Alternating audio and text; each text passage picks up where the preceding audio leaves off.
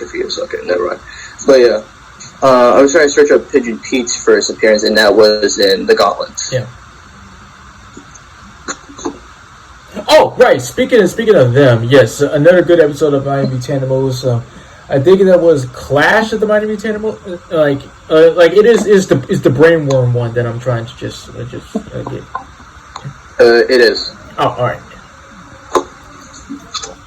Yeah, try to elaborate more what happened in the episode. So yeah, just Shredder decides to just use these brainworms to control Karai, just as own evil purposes, blah blah blah, in order to just that's all we just that's just pretty much it. I mean, it is kind of like cool to just like have certain scenarios where you're forced to just fight against your friends to turn against their will.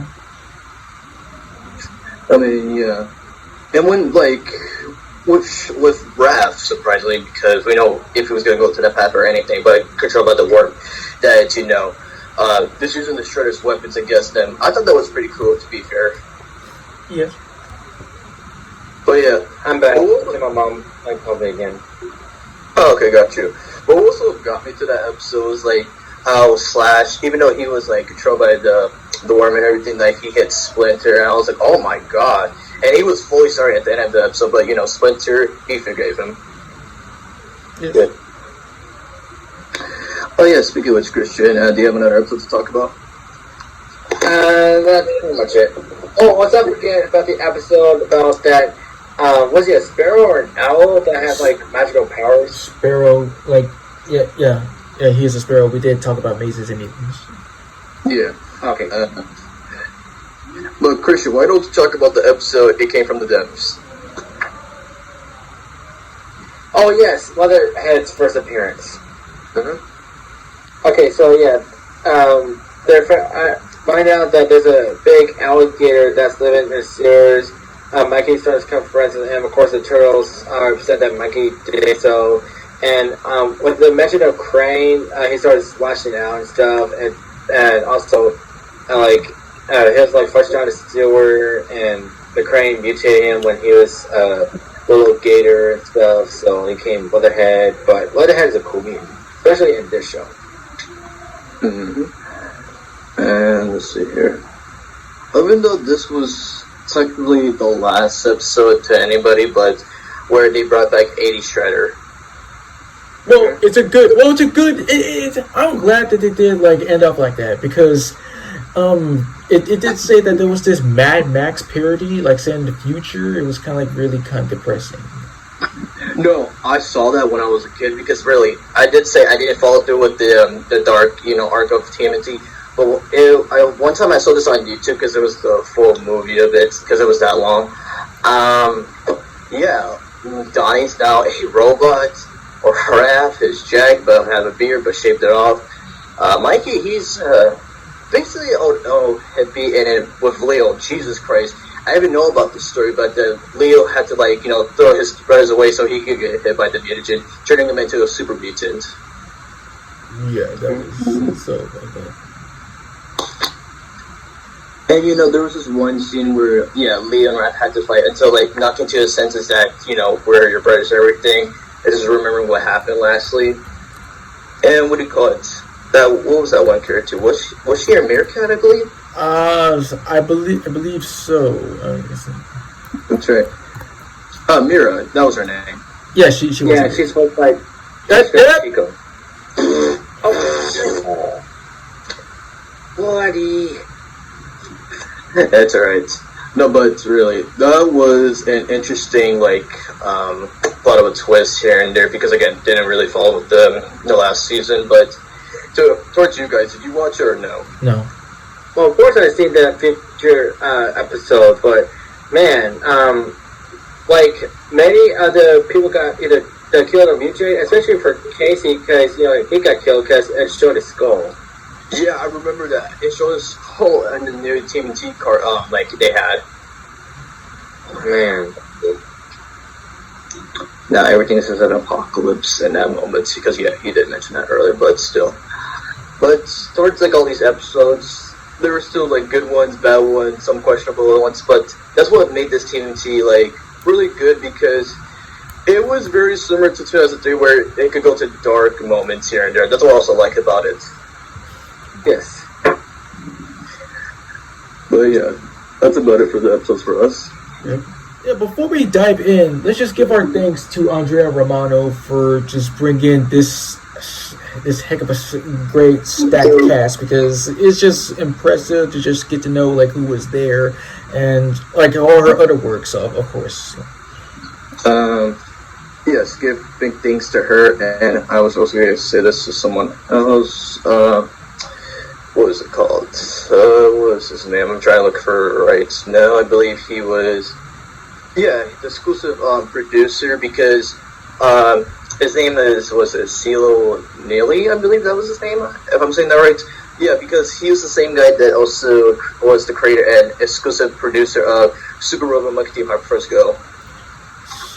Right. Oh. It's funny because, one of the cast members is from that show, so. Oh, not just one, many. Oh, yeah, that's true. Well, now you got to the cast. And yeah, going first with the leader of the group, Leonardo. Yes, with Leo, great leader, definitely proved himself with many arcs he's been through. Like, that's why he was like my favorite turtle, because any challenge that came across him, he either could fail, but learn from it, and now proceed to succeed from it. And from you guys' opinions with Leo? Well, yes, like out of all the Leos, like he has got to be like the most driven, because at first when you expect him to just be the leader, he just takes this as a little bit of something he sees on TV, which of course anybody like who's a kid just like does that in order to just cope with what they want to be. But eventually you see him progress and grow stronger as a leader, and eventually becoming the sensei of his brothers. And he's just a character that you want to like root for. Yeah. And you, Christian? Man, Leo, of course, started out as a dorky guy, like a fanboy, but then turned out really serious as it goes on, especially with his third new voice actor. It makes him a lot more stern and a lot down of a leader. Yes. And speaking of voice actors, let's just dive in with, his first early actor, Jason and Biggs. Although, yes, he did good, because sounded like a typical teenager and all that. He was not all that much, even before knowing what he did and everything. He was not one of my favorites for Leo, to be fair. And, when he had to get recasted, Dominic Catcherbone, he did really good replicating the voice here and there, but hands down, Seth Green did the best one for Leo. No comment. Amen. Mm-hmm. Moving forward, speaking of which, first, let's talk about Donatello. Yes, of course, yes. And this is also kind of like helps out with anybody else who's unfamiliar with the Turtles, because in the 80s, of course, they did this stupid errors where they couldn't even tell which turtle is which, like giving them the wrong voice, the wrong colors, the wrong weapons and everything. This is the perfect way to tell the Turtles by themselves, because Donnie in this version, he's taller, leaner, and he has a gap in his teeth, and his tail is faster, longer, and it's a good look for him. And the shape of their heads also is different as well, and their heights. But Rob Paulson, he does knock it out of the park as Donnie, catching his more nerdy and hammy size. And it's a good reference because being part of the Turtle family, because he was originally Raphael in the 80s. And again, Donnie, he's just one of the best genius characters of all. Again, anytime when he's just at his hammiest is that he's at his most funnest. Yeah. And when I first realized that, Rob Paulson voiced both Donatello and Raphael from the 80s, it was the episode Wormquake, because towards towards the end it showed the original Turtles. And Raphael, I was like, why does he sound like Donatello? Then, a few days later, I saw this cast video where it showed, it's the same voice actor. That's pretty cool. May sound weird. Ever heard yourself lately? Exactly. Making a joke, making that joke. But yeah, with this Donatello, he's nothing similar to 2003 or 80s, because he's more he does have his funny moments, but I like his sarcastic moments as well. It's like one episode, like they're spotting on the crane, and Rock is like, "What's going on, Daddy?" And Daddy's like, "It's the crane's How am I supposed to know?"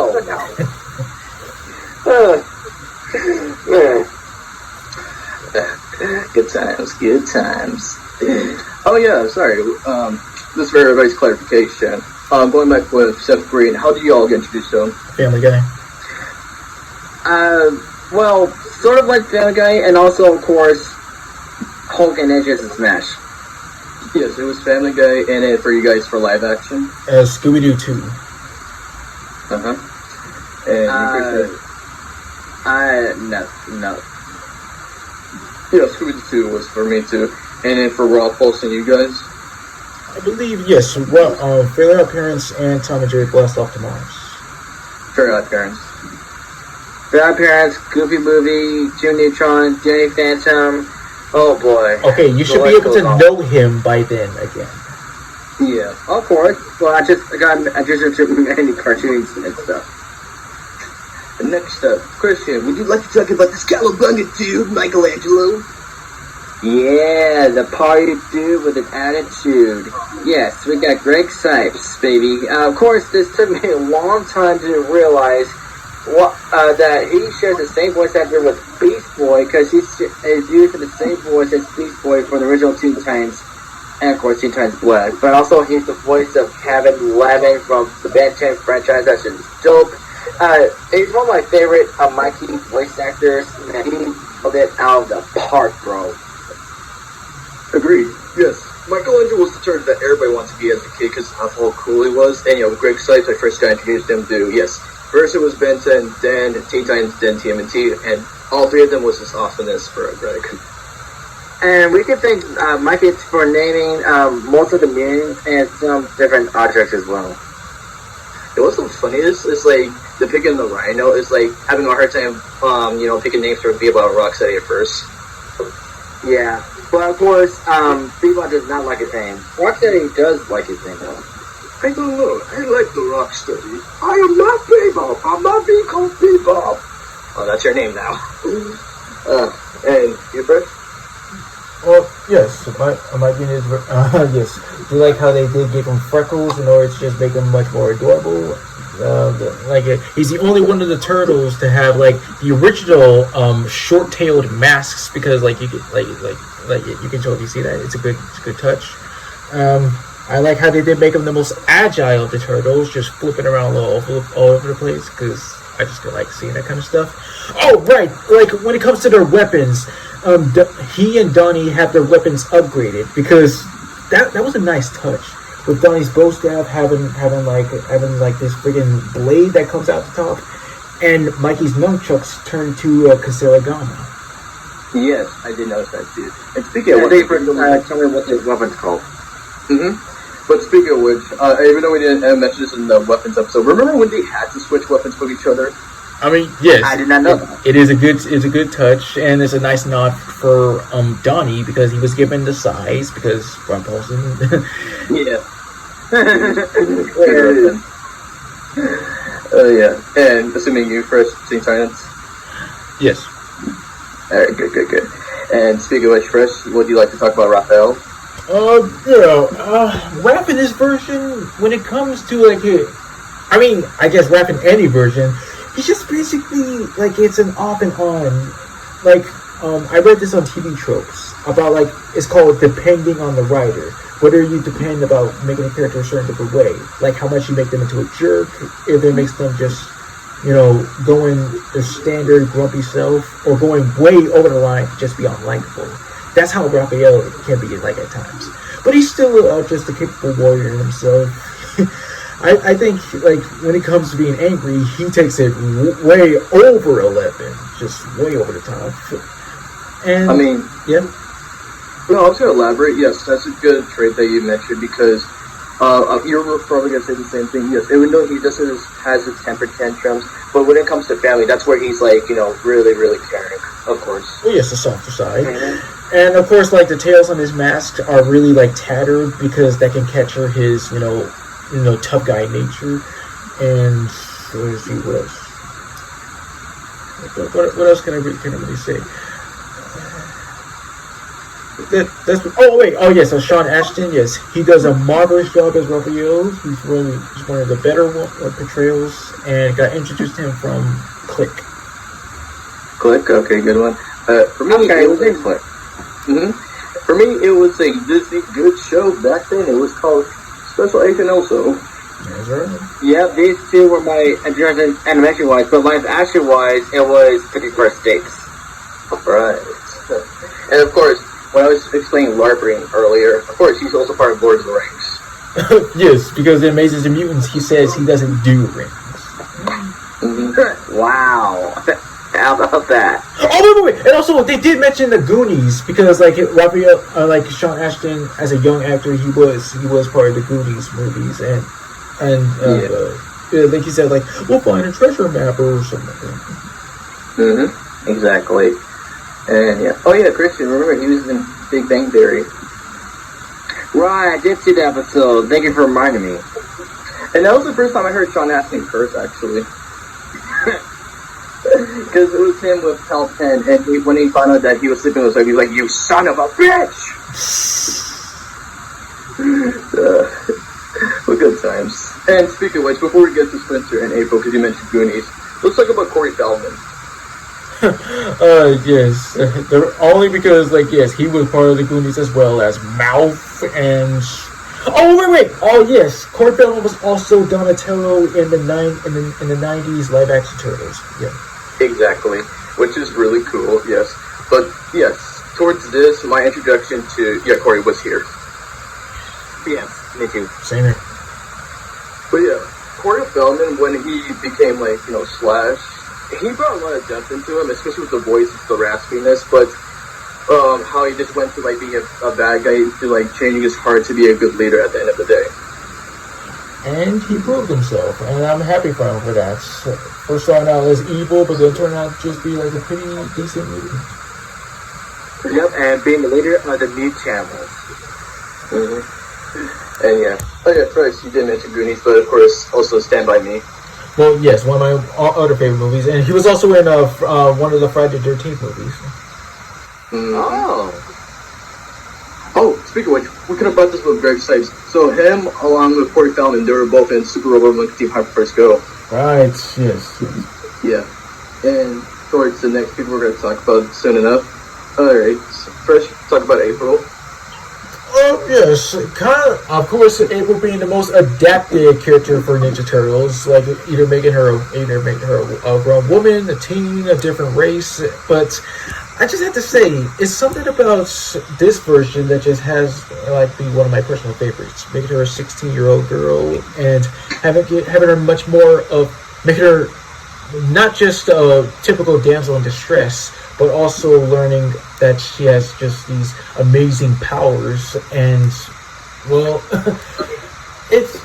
she's just awesome. I just have to say, well, she does have her moments here and there, but she does prove herself to be a standout gal, and of course, owning her status as a bona fide pony. Yes. One of my favorite moments with her in the episode where Pitch and Pete first appeared, he was like, "Oh, I'm in Bay and shreds and whatever," and Johnny's like, "What are you doing?" And she said, "I'm trying to like alluring the guys." Like, that's not how Faye talks. How do you know how Faye talks? I know Faye doesn't talk back. Oh no, you didn't. Yeah. But also mentioning, because we did mention about Donatello, but there are times where he actually does like get with April, like by getting kissed by the cheek or anything like that. I was like, damn, Johnny, you actually got your wish. Good job. Especially when he's like zooming out of the earth and screaming, "I love being a turtle." Something Casey Jones can never get. Oh, damn. So, but we all thank Mae Whitman because learning that she was also a child actor, and then her mother was actually a voice actor for the original TMNT where she played Mona Lisa. Damn straight. How about that? Yeah. But yeah, with my introduction to her was Johnny Bravo. That this a tiny bit of contradicting with Dragons, because I didn't really see the episode, but I know she was in it, and a little bit of Tinkerbell, even though I've never seen the movies, but I know she was in it, of course. Cool. You first? Avatar. Nice. Oh, duh. Katara. Oh. And speaking of which, before we get to Splinter, with April's mother, yeah, we already know the story, but I was really shocked about the actor that played her. It was Renee Jacobs, the original voice of April O'Neil from the 80s show. You see, cleverness all around. Wow, they knew what they were doing. What would have been more awesome if they actually brought in a women's mother in the show? They could have, but I think this was a good reference. Of course, yes. And speaking of which, Christian with Splinter, go ahead. Yes, Hun Lee. This is by far the most wisest and yet also the most stern Splinter. Like, yes, Ace, like, wise and tries like giving like life lessons, but he's also stern, like giving full burns for the turtles, like also getting angry at them if they mess up, especially the previous mentioned Muckman episode. Wow. Even though he is stern, he is still a good father, and of course he's one of the many iterations of Splinters, Hamada Yoshi, where humans turn to mutant rat instead of a rat turn to mutant rat. I agree 100% with what you just said, because yes, by far my most favorite Splinter is like everything about him was just so wise. But again, it was really sad how he died 2 times. But that's like one of my favorite moments, and I know this is corny, but it's like with the cheese phone. The cheese phone. I just like how it was like the fucking joke overall. Yeah, and some say that might have been Mikey's idea. I mean, it could have been. And also, moshi moshi means hello in Japanese. Yes. Mm-hmm. And yeah, speaking of moments, what was your favorite moment from Christian? Well, of course, he gave his wise moments, and also he's just really awesome with his fighting skills and stuff. Like, one time, like, when he was fighting, Tiger Claw, doing that, I don't know what you call it, where he does that poking thing, and made it fall off the building. I know what you're talking about, but yeah, good ones. And of course, your first opinion and your favorite moments. Well, yeah, yes. This is of course my most favorite Splinter of all. Like, being much more different to the other ones about like being much more taller than the turtles, which is a good addition. Like, screw anybody else who thinks otherwise, because I understand about source material, but come on, you just got changed up a bit to please people. But yes, overall, like, he does have his moments of hilarity to just throw jokes around and not just be like some kind of like serious father figure. But he does care about his kids, his whole family, and one of my best moments is, well, anytime when he fights. Like, let's see, the first time when he fights Shredder, like, it was like the end of season 1, yes, and when he was breaking free, getting his mind back into control when he was fighting those those crustacean Shredder beings. Good one. And yeah, of course, speaking for everybody, this was introductions to Hun Lee. But what shocked me about Hun Lee is that in Rise of TMNT, he played Shredder. Irony. Yeah. He was also in the live-action vlog, surprisingly. Huh. Who did he play Mulan? He played a village member or something. I didn't watch the movie because that movie's trash anyways. No doubt. Yup. Next up, we got the Shredder. Go ahead, Christian. What's more color about what you say? Yes, not the only time he's been voiced by a black man, because we all know who voiced him in the 80s. Yes, Uncle Phil, aka James Avery. God, like, this is them, like, tribute or this honor for that. That was pretty good of them. Yeah, but man, the way Kevin voices Shredder, man, he's very sinister sounding and scary, but also cool at the same time. Like, you do not want to fail in front of Shredder, or he'll mess you up. Exactly. This Shredder was very in part to like the one from 2003. Both are very, very vicious in a way and very controlling. While like 2003 Shredder, this Shredder is actually a human, while the other Shredder was actually an Ultron in disguise. Exactly. But yeah, Kevin overall, like when it comes to like these villain roles, he always fucking nails it. It's just fabulous, man. Good job for him. And that's why he's my number one favorite voice actor, because I love how he does that cool, deep voice. It's just so satisfying to hear. Mm-hmm. Exactly. And you're fresh. Well, yes, this is Shredder as absolute badassness. Everything about him just screams, I'm awesome." And like, yes, he's just really someone that you do not want to freak with. Yeah. And it gets even much more intense when he mutated into Super Shredder because the design, it was ooh, and that voice even much more. But what else can I really say about him? Like this guy has no limits. Uh, Speaking of Super Shredder, of course we all saw this video. Yeah, when he was trying to audition for Super Shredder. Yes. Yeah, and at one point he was like banging on the stand because he's frustrated. Dine on turtle soup. Good job, Kevin. But yeah. One of them was Kermit the Frog. Yep.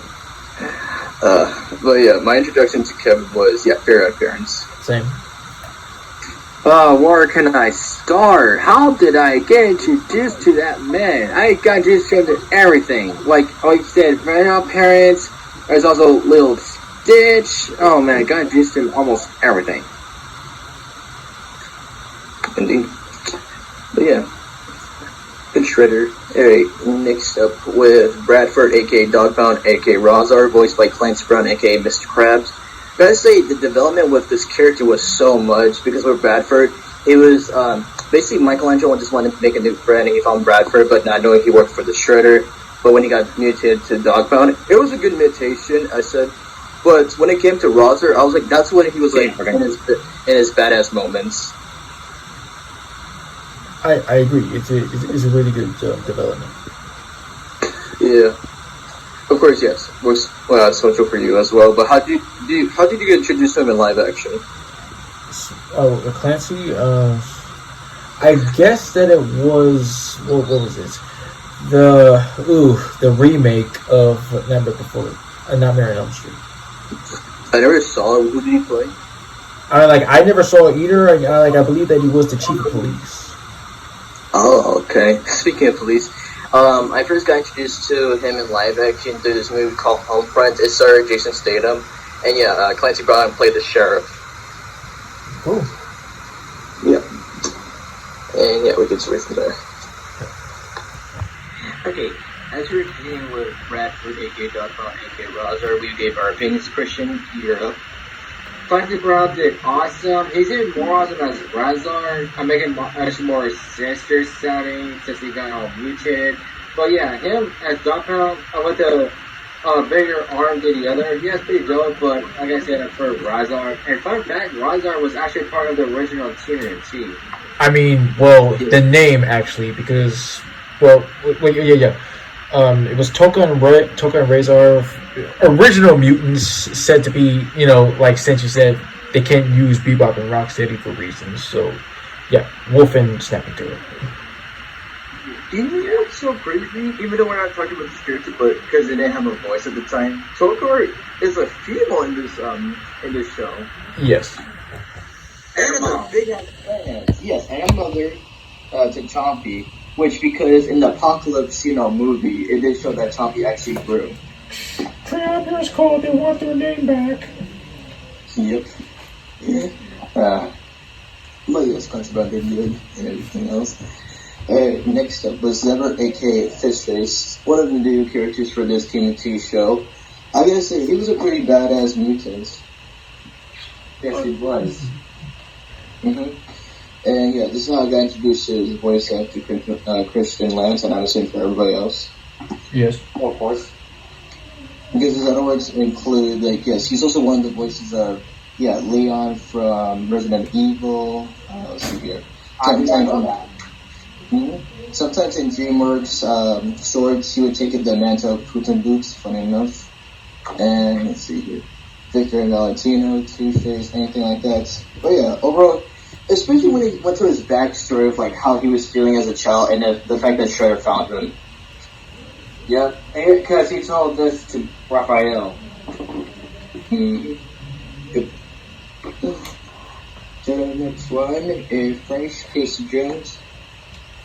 Yeah, Casey in this incarnation, he's passable. And like just like having him be some kind of like high school, some kind of high school. What was it? Some held back. Yes, yeah, he got held back, and has April to just tutor him in order to just do better. But he does have his moments to shine. Give it. And I do kind of like how like he has his classic hockey mask underneath his like face paint like face. It's which I believe is also in the painted as a skull, which is okay, a two for two.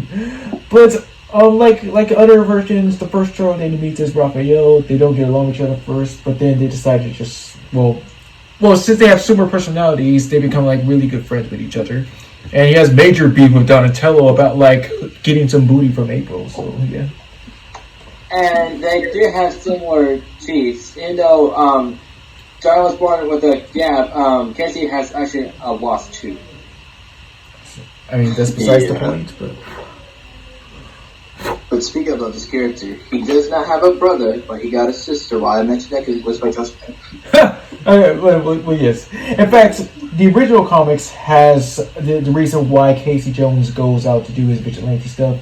It was because since like his dad and his his dad and any other family member, they were just killed, and it was just watching too much bad TV and stuff. So. Yeah. Wow. How is that killed? Like in the comics and in the original. Yeah. But also, I would like to back this up. In TVT 2003, there was a flashback because it actually shows Casey's dad, but what do you call Hun in that show? He used to work with Casey's dad, but because he didn't get paid that much, he actually killed him. Yikes. Yeah. But also in TVT, also sorry, go ahead. Oh, okay. Also in Team 2003, it also showed Casey's cousin Sid, his grandmother, and grandfather from flashbacks. But yeah, going forward with of course, fresh with Josh Peck. Yes, he's a good Casey Jones. Like it's a great it was a great opportunity to him to return to Nickelodeon as a whole because come on, it wouldn't be the same without him. And first got to know him from what else? Drake and Josh and Ice Age. Drake and Josh all the way, and yeah. It was really shocking because as I was hearing the voice as a kid and actually searching on the cast, I was like, oh, it's Josh! He's voicing Casey Jones, and it's pretty good as well. Yep. But overall, with his character, with Casey, good fit overall. He does have his bad moments, messed up moments, but he proved himself, especially going against Hun. Definitely. Yeah. And speaking of Hun, what do you call it? With Eric Bauza voicing both Tiger Claw and Hun and other minor characters like the Hammer, but those two were his main ones. But yeah, of course, you can go first. Oh yes, first getting introduced to Tiger Claw. He's one of the more cooler new mutants to discover about, and like of course I do like a little bit of his backstory, his design, his weapons, everything to just make him like one of the more competent members of Shredder's forces. So. Exactly, and yeah. Of course, I like his version of Tiger Claw because it was the only one, and I do hope that Tiger Claw does appear in future in like shows or movies because he was just a great character with a sad backstory and just what we mentioned with the episodes of what he been through, but he was one of Shredder's most loyal like henchmen until Hun came in and became like more of his like favorite at that moment. Well, only due to the purple dragons, like mainly. Like he just wanted to impress them, but that got of course. But yeah. Oh yeah, fun fact, because I know there was a picture of this I saw years ago, but fun fact, in one of the recording sections, Eric Bauza actually came as an entire Claw costume while recording. I mean, like, yes, I guess it does prove that you can just wear anything that you want. It's just only your voice. A little bit too much from that part. But yeah, speaking of which, with his next character, Hun. And yes, I first got introduced to Hun in 2002 when it was a different version. This version is basically based off of Bruce Lee, which is, I don't mind which either or from 2003 or 2012, but this one was like, wow, like, Oh, fuck you, boy. Yeah, yeah. This is everything he shouts. It was funny as hell. I mean, yeah, because again, based off of Bruce Lee, it's like one of the more easier things that you want to do with like Asian characters to have them just be just martial arts masters. It's a good touch and a nice reference and everything. I like that. Mm-hmm. But yeah, Eric Bauza, he did really good as both of these roles, especially when he goes on with more TMNT roles. It's usually him getting the honor Master Splinter, but he did really decent though. Also Leo and Donnie. Leo Donnie, yes, of course. And yeah, even though it's a minor one, which got it the hammer? Oh wait, was he supposed to be like some kind of reference to what was it, Sylvester Stallone? Yeah, it was Sylvester Stallone, but yeah, go ahead. I mean, I guess it's impressive. But that's all I can say. And didn't he also voice like two like twins from the mob or something? The Fulci, if I'm Fulci twins. Yeah. Yes. But well, that's pretty much for Eric, and we can stop from there. All right, so yeah, while you're gone, Christian, we were talking about Eric Balfour with Tight Claw and Hun. Here's your opinion. I'm, of course, being a normal guy, of course, he is very hard to take down because he can barely be budged. Like, turtles have a really hard time, like, taking him down. He's just that skillful. Man, he is very different as a 3 person because in 2003 person, he's big and muscular. Yeah. And for Tiger Claw being a new character for the TNT franchise, I would say he did not disappoint. Like, playing World Shredder, well, there are some moments where he does question Shredder a bunch, which upsets Shredder, but he still has moments where he's actually very loyal. Yep. And Eric Bauza is the best. Yes, he is. Alright, next one for Shredder's henchman. Yeah, Baxter Stockman. Or as Matros call him, like, it's just a running gag about like them just failing to mispronounce his last name. Yeah, like it's just a running gag. Let's just go with that. Yeah. But as you know, the running gag and everything, just working with anything that comes his way, especially when it comes to Krang, related stuff and anything like that. But of course, he did get his torture when he got mutated, but he did like it.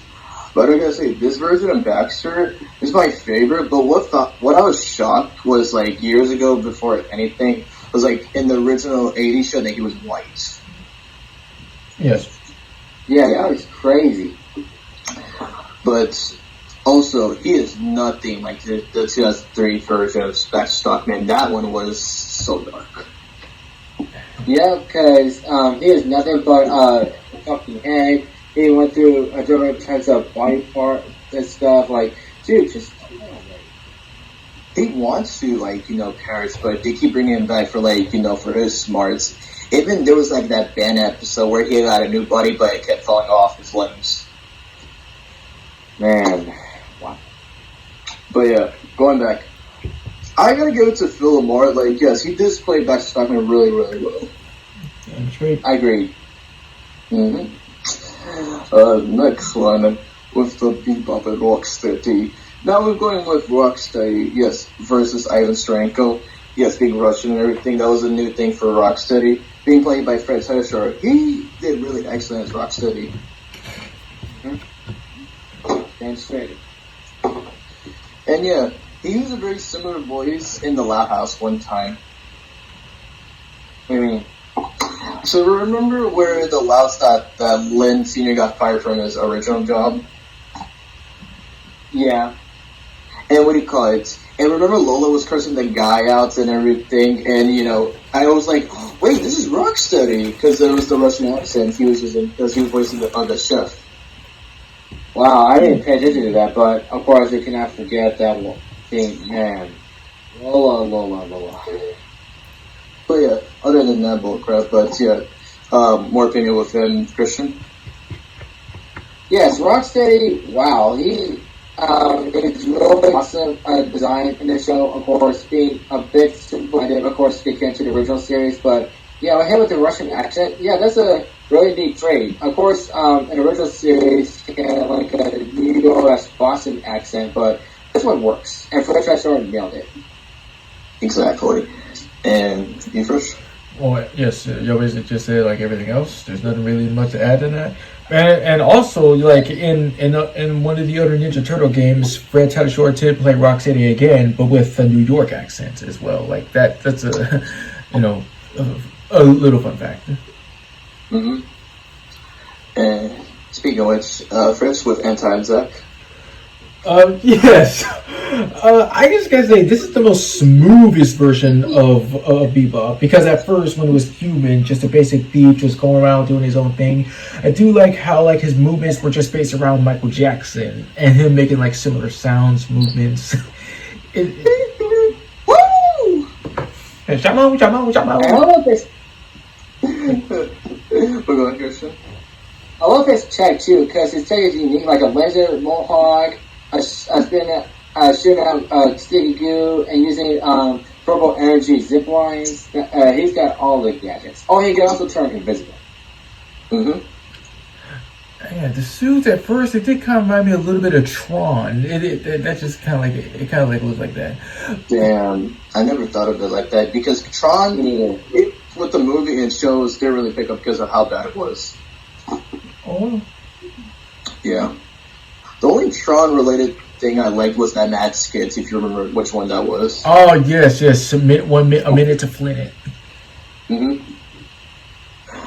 But yeah, when it of course goes towards with Bebop in a way, he didn't really like the name Bebop, as Christian mentioned before, but this him, as he got new today, he was like, "Oh, you don't like it anymore, Mike? You gonna turn me into a mongoose?" I mean, Well, if he was a mongoose, what would you call him? I don't know. We're not Mikey, for God's sake. Yeah. Well, he is like none other than Jebby's move.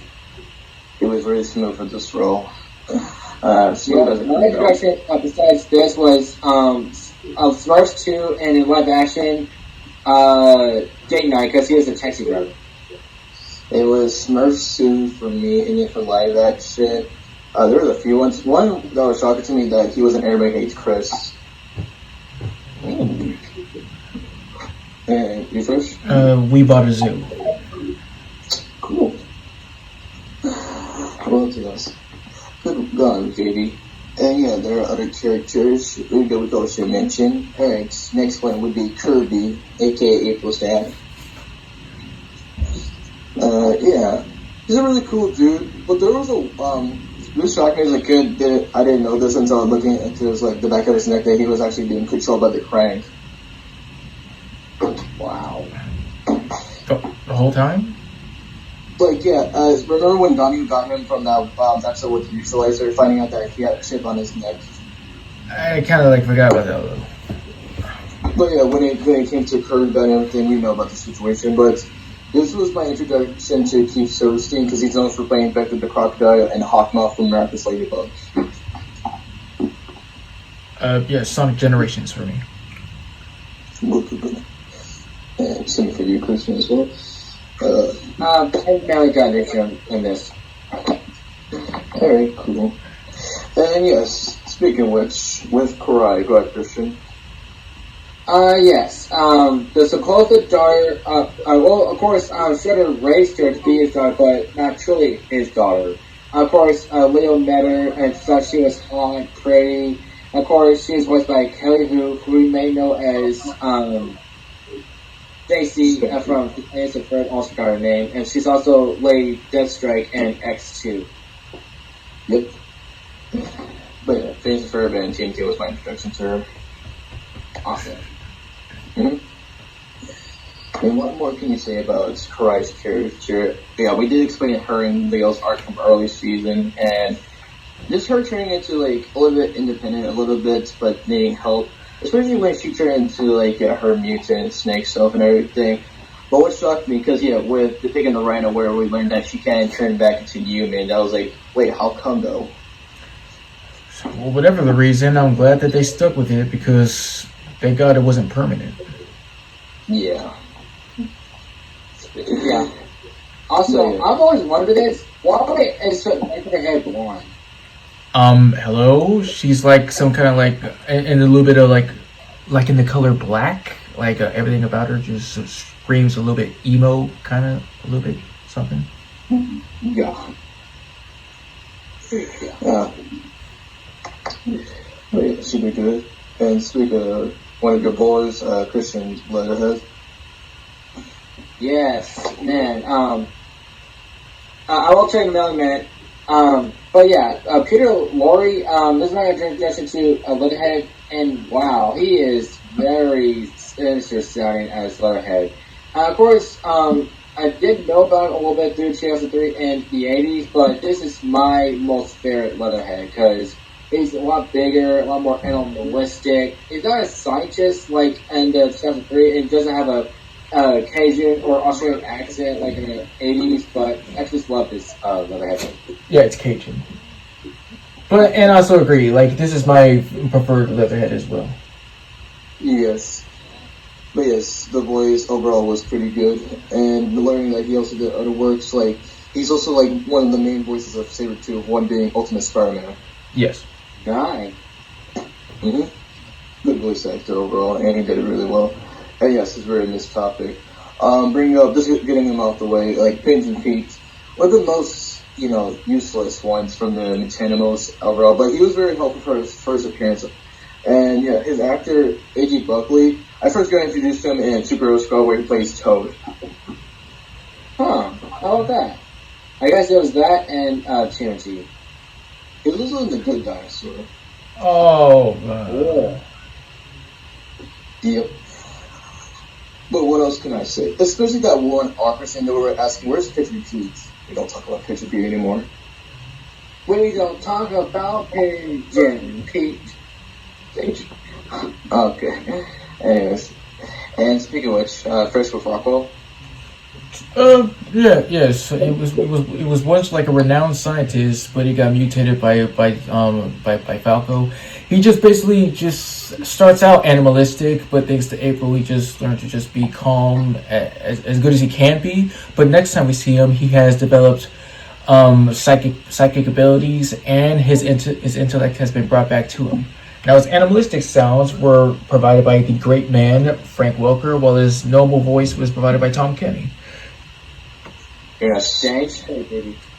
And speaking of baby. Anyways, that was awkward, Christian. Good job. Alright, Gabo.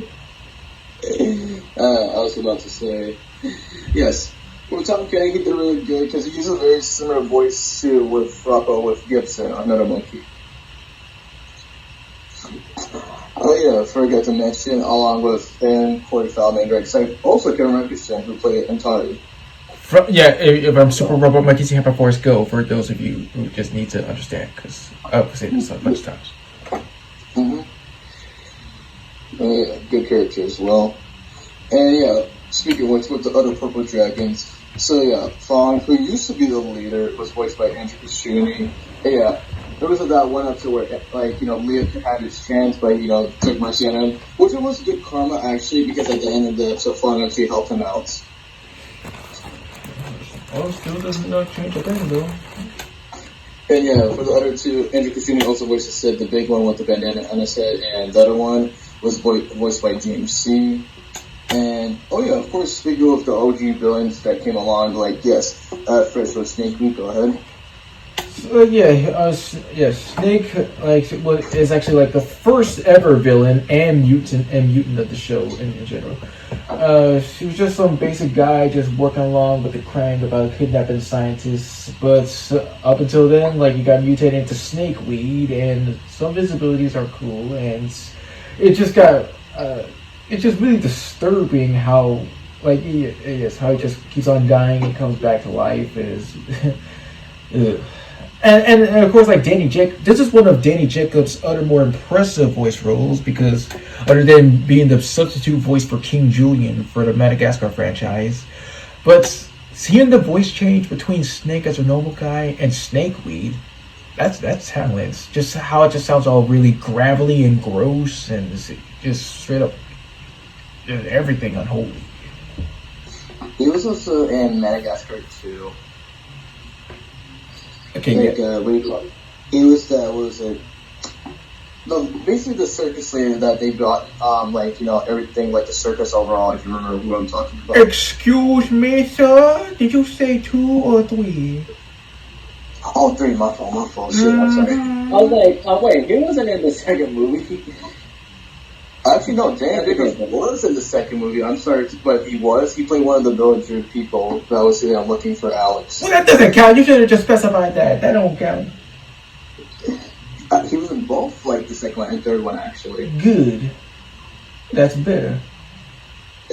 Anyways, and speaking of which, the second villain of the early season, Christian with Fire Bites. Oh boy. Yeah, like we mentioned, he's like a worst villain ever. But on the plus side, he's voiced by legendary Lois Black. Of course, this was my introduction, and my second introduction was Anger from Inside Out. Yes, same here as well. And yeah, he was also in Big Bang Theory. Yes, was shocking to me. Mm-hmm. And that's pretty much it. And we come with other major characters. Yeah, with Fugitoid, voiced by David Tennant, who's a Scottish actor. Yeah, this was my introduction to him along with Scrooge McDuck. Same here. Awesome. Yeah, because Fugitoid was featured before in the 2003 show. Oh. Yeah. Yeah, he was voiced by Oliver Wyman, who you may know as Drew from Pokemon, Big the Cat from Sonic X. Really good actor. Yeah. Yeah, and speaking of other major actors during the time, Michael Thorne as Captain Mozart. They even made a joke about him. Did he used to be a commander?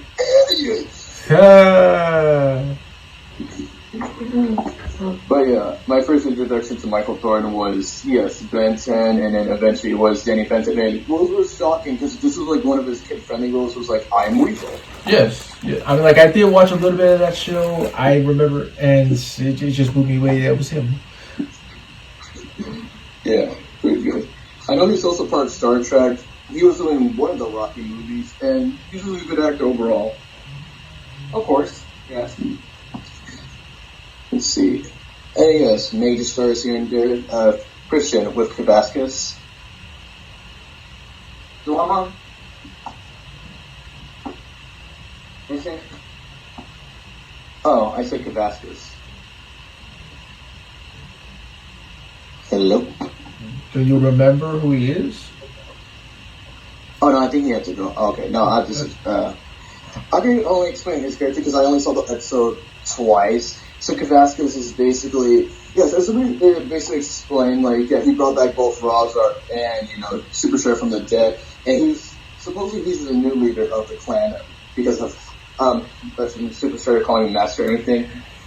I would say he's, like, one of the most powerful, villains in the franchise overall. I agree. Yeah. And let's see here. Anybody else? Oh, yeah. There was Brian Bloom. Yeah, he played Krognard. He was a very cool character, like a reference to He-Man. Mm-hmm. Oh, yeah. Fresh, would you like to talk about Pizza Face? Yes, it was just your just an ordinary pizza maker tossing pies, but up until he just stupidly tasted the mutagen, it caused him to just turn into a TMNT's kid-friendly version of Pizza the Hut. Pizza Face? I like it. And yes, John DiMaggio, he did blew me away with the Italian accent. So. I'm back. Sorry. I know my mom took a mail for me. I was going to, but she took it for me. Okay, but yeah, we're just talking about other characters. Like right now, we were talking about Pizza Face. Any opinion, Christian? And beforehand, did you say Kavaskas? Yes. Okay, yes. Wow, Mark Hamill, what's that his name? Man, it's just awesome. And Kavaskas himself looks really cool. And that's all I have to say. And Pizza Face, John DiMaggio doing an Italian accent, that is something. Mm-hmm. And we were also talking about Krognard. Like, do you remember him? Oh, Roy, who is he voiced by? He's voiced by Brian Bloom. Remember, he's like He-Man character. Of course. the energy. That is the most, wow. Yeah, I'm not a fan of that. I prefer, He-Man's I have the power because it's much more heroic and triumph. Hello, that's why they call it parody. What I also like about his crew is about Spooch. Like, he was just funny overall. Spooch always, like, freaking out and everything. I also like that because he was also voiced by Scott Menville. Let's also forget they did watch Space Heroes, and Scott Menville did play Mr. Crenshaw. Always getting slapped. And there was also that Voltron show that you used to watch as well. Right. Yes. Let's see here. Oh yeah, Christian, Neutralizer, go ahead. Oh yeah, the big boy himself. Man, I kept mentioning this, but every time, like, when I first saw him, I was like, oh cool, he's a new mutant, but I found out that he's part of an alien race, like, wow, that is something. But, of course, Danny Trejo is really amazing. He's known for works like Machete, Piece of Fur, One Point, many others. And, of course, if you look at his design, it's very similar to Punisher, because if you look at his chest, and like agility stuff, it's very similar to Punisher from Marvel Comics. So that's pretty awesome. Yes, because it was said here that one of the producers, as a kid, he was a big fan of Punisher, so when he got the opportunity, he designed him after Punisher. That's a good thing. Even though I'm not a fan of Punisher, but I still like Neutralizer's design. But yeah, I do agree. Neutralizer was, a pretty decent villain from the start, but from the end, god damn, he just proved himself from there, but then he perished in a way, if you remember. No, but wow. Yeah. But with Danny Trejo, I think I first got introduced to him through one of the Spy Kids movies and the George Lopez show. And Chris, you said yours and Fresh? Yes, Spy Kids. Got you. Let's see here, checking others that we mentioned here and there. Oh yeah, Muckman. Like, yeah. Like, we basically did explain what he is and everything. He used to be a garbage man, but turned into garbage himself. But his actor really surprised me because at one point he did play Green Lantern, and what was it called? What was that one villain's name? What was it? Zola, I think that was his name. Unless like you say like where he's from, then like from Marvel, like that guy, like he has the big face and his Armin Zola. Yeah, he played him in Earth's Mightiest Heroes. And yeah, well, that's pretty much it. Oh yeah, Christian, Mondo Gecko, go ahead. Yes, being voiced by one of the original TNG actors. He played Michelangelo. Man, oh shoot, what was his name again? Robbie Wrist. Thank you. But yeah, wasn't given Calabano type of voice. Yeah, that is just plain dope, man. And I maybe like the model Gecko. I know he appeared in the original series, but I do like this one better because he has a lot more personality. I do like his personality on here better. Yeah, pretty much. And let's see here, more guest stars here and there. Of course, Gilbert Gottfried. Yeah, what's the Crane subline? Yep. First, get introduced him to Superman the Animated Series and Aladdin. Apparently for me, Cyber Chase. Oh, that was a good one first, but yeah. I just like his cockiness and just being like him being sarcastic at times. But what did shock me is that him and the Krang from the 80s are actually cousins, if you remember. Of course. Mm-hmm. And he also got mad at him my point because he found out he was going to destroy realities, and he's like, this is why I send you back to that dimension, because you're more a Doofus, a Dingleberry. Mm-hmm. And let's see here. There was also, yes, part of, Neutralizer's species. There was Sal Commander voiced by Keith David, and Mona Lisa voiced by Robert Williams' daughter, Zelda. but they were pretty good characters. Solid Commander, hence name being a good commander, but having his flaws with Raphael here and there, if I can remember. Well, with Mona Lisa and Raphael's relationship, it was pretty good. Mm-hmm. Yeah. And we cards. Christian, would you like to say for Ron Perlman? Yes, voicing Armagon, he's basically a space shark. Yeah, his design's awesome, especially having his suit, Cancer Shark, and that's just pretty awesome. Mm-hmm. And speaking of which, with plot twists from what I was looking at earlier, Fresh, would you like to talk about Irma? Yeah. Well, I kind of do prefer the 80s version. Like, this version actually, like, while she was meant to be the third wheel, quote-unquote, friend of Casey Jones and April, but it turns out that it was just a disguise for Crank Subprime. But it was a nice introduction for me by Kate Micucci. Same here. And also, 70 and Benton Omnibus. Yeah, it was Ben 10 and TMT. Yeah, for me too as well. Let me call it. There was also Jared Norris and Jeff Bam, who played Wing Knight and Screwloose, who were original characters from the 80s, basically a parody of Batman and Robin. Did terrific as well. Ooh, yeah. Oh yeah, let's talk about the funny story. So when me and Fresh and What's His Face were watching the episode for the first time, he thought Screwloose was either voiced by Danny Cooksey or Alexander Kaninsky. Wow. And of course, how can we forget Fresh with Nolan North? Go ahead. Well, yes, like, he basically just voices the entire Krang, and, well, that's kind of a little bit of a Clone Wars type of deal. Like, it's kind of similar with D. Bradley Baker voicing the clones. So, it's something. Not just only a Krang, he also voices certain Neutrons as well, because different race and everything, but it looks similar. And it was also a nice touch, like in one episode when Raph and the Crank switched bodies, he became Raphael again.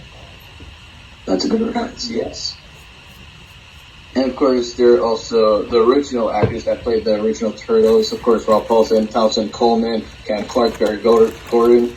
And there was also 80s Shredder, but he was voiced by Kevin because James Avery sadly passed away years early. There was also Pat Fairley who voiced 80s Krang. And much more that we could explain. There were many other actors, but this was like one of the best Nickelodeon shows to have a really stacked cast. Definitely. Yeah, and a lot of celebrity guests too. I mean, that's all part of the whole freaking... Mm-hmm. And that's my final thoughts. What can I say, dudes? If you haven't watched TMT 2012, just go ahead, because it's like one of the best ones. I would put this at first, second one would be 2003, then the 80s, then Rise of TMT. This is like, as we said before, it's one of the best ones out there if you haven't seen it. And I guarantee you should, because it's really awesome. Mm-hmm. It was one of the many shows that just helped me out with characters and comedy and action, because it's one of those many action shows that when you keep on watching, they get much more better and awesome, way more choreographed, that make you go like, whoa, that's so insane, didn't know they could pull this off. And again, it was also it was a push for me to just enjoy the Turtles franchise as a whole. And it was one of the saving graces by Nickelodeon and overall. And well, it will always have a special place for me to just, well, again, appreciate Andrea Romano as well. Yep. And before we sign off, this is all the fans out there. Turtle power! Enough with the turtle power! And